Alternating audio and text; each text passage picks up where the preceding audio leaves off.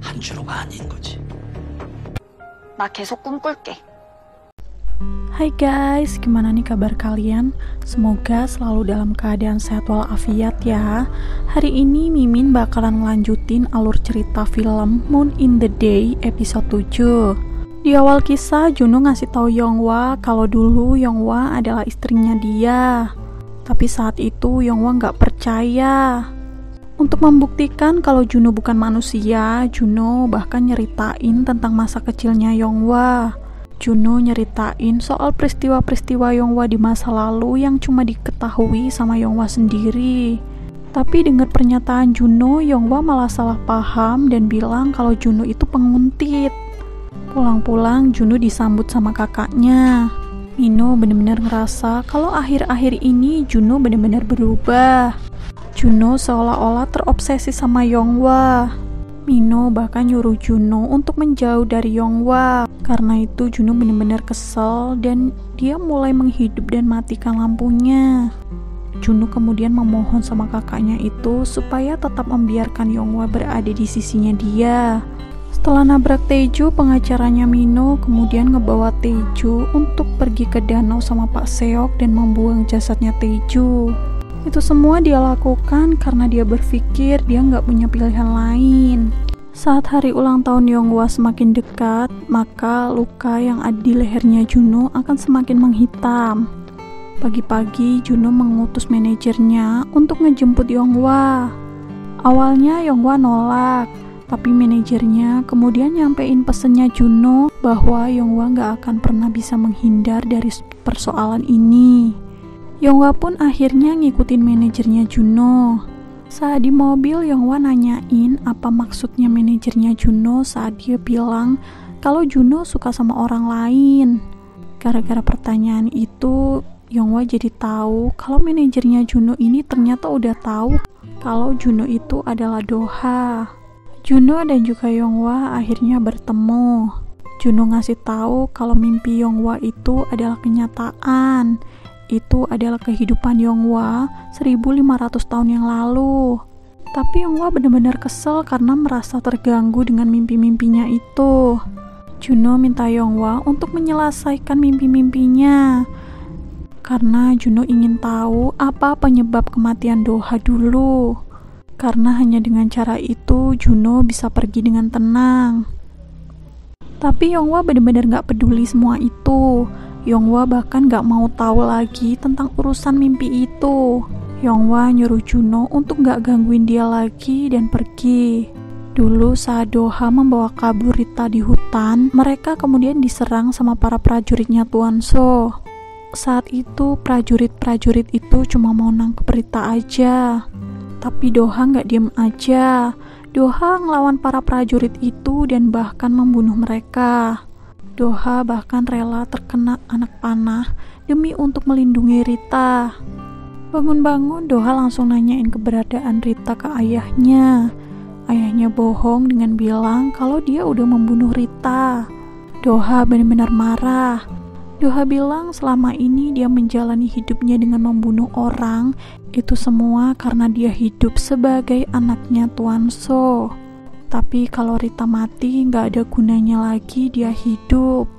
Saat buka pintu, Doha kaget karena di situ ada Rita yang terikat.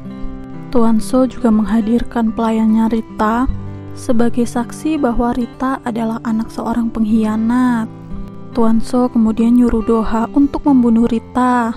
Tapi karena Doha gak mau, Tuan So akhirnya membunuh kedua pengawalnya dan juga mantan pelayannya keluarganya Rita.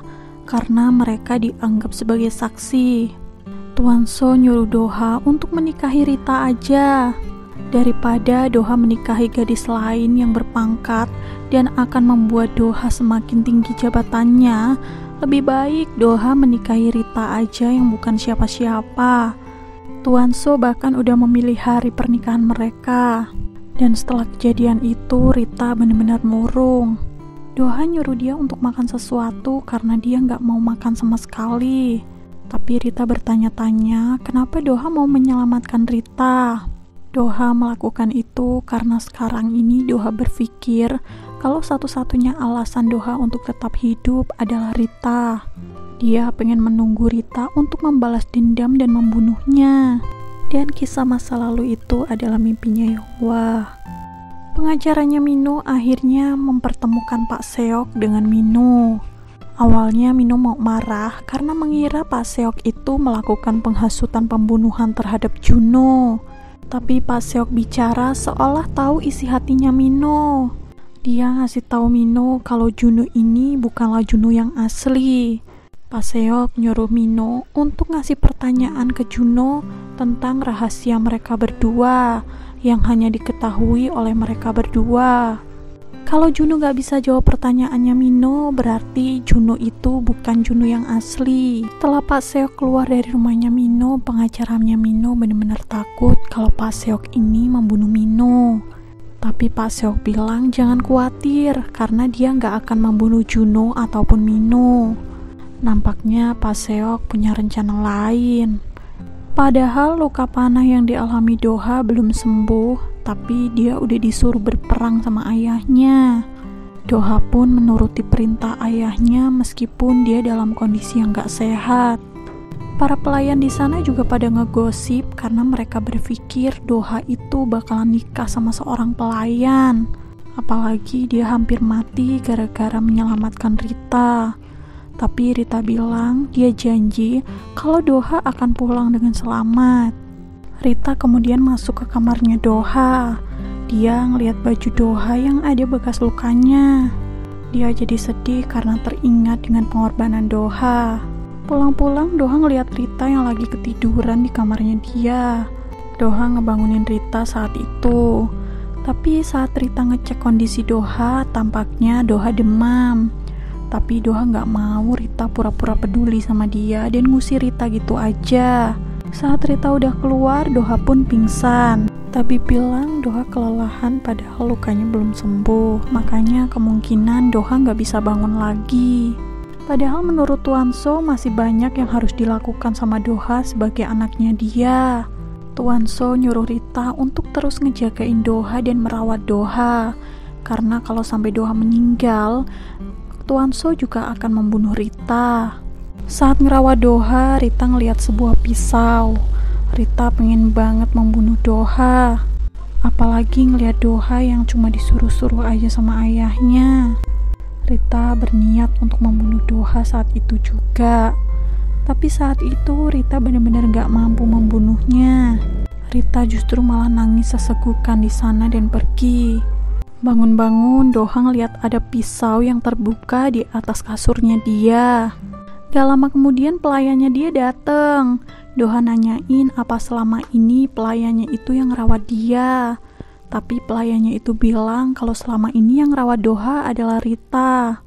Doha kemudian nemuin Rita. Doha nanyain kenapa Rita menghilangkan kesempatannya dia untuk membunuh Doha. Padahal saat itu adalah saat yang tepat untuk membunuh Doha. Tapi Rita bilang daripada rasa kebenciannya yang ingin membunuh Doha, saat itu lebih besar rasa kekhawatirannya Rita terhadap Doha. Nampaknya udah ada bibit-bibit cinta di antara mereka berdua.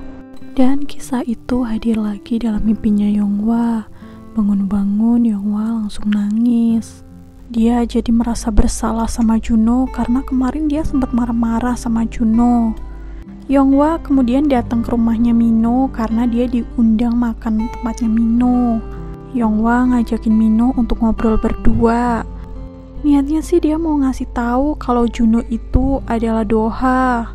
Tapi ternyata pas ditanyain sama Mino dia nggak bisa berkata-kata. Mereka kemudian akhirnya makan bareng. Saat itu Mino nanyain tentang kisah masa kecilnya Mino dan juga Juno yang saat itu manjat batu di laut dan terjatuh ke laut sampai gak doyan makan kerang. Mino bilang yang manjat itu adalah Juno.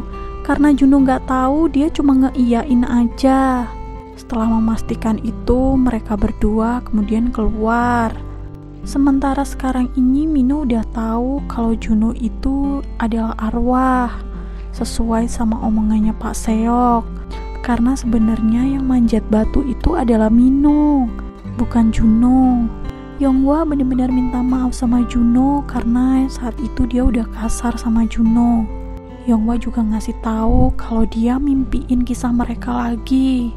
Mulai sekarang Yonghwa bakalan ngebantuin Juno untuk terus bermimpi soal kisah mereka sehingga mereka bisa tahu penyebab kematiannya Doha. Dengan begitu, mereka bisa memecahkan segala persoalan ini dan Doha bisa terbebas dari kutukannya. Yonghwa benar-benar penasaran gimana jadinya kalau mereka bertemu di waktu dan tempat yang berbeda. Mungkin kisah cinta mereka bakalan lebih baik. Dan alur cerita film Moon in the Day episode 7 pun telah selesai. Next, aku bakalan ceritain episode selanjutnya. Stay tune terus ya. Mohon dukungannya untuk klik tombol subscribe dan nyalakan lonceng notifikasinya biar kalian gak ketinggalan video terbaru dari aku selanjutnya. Makasih yang udah menonton. Bye-bye.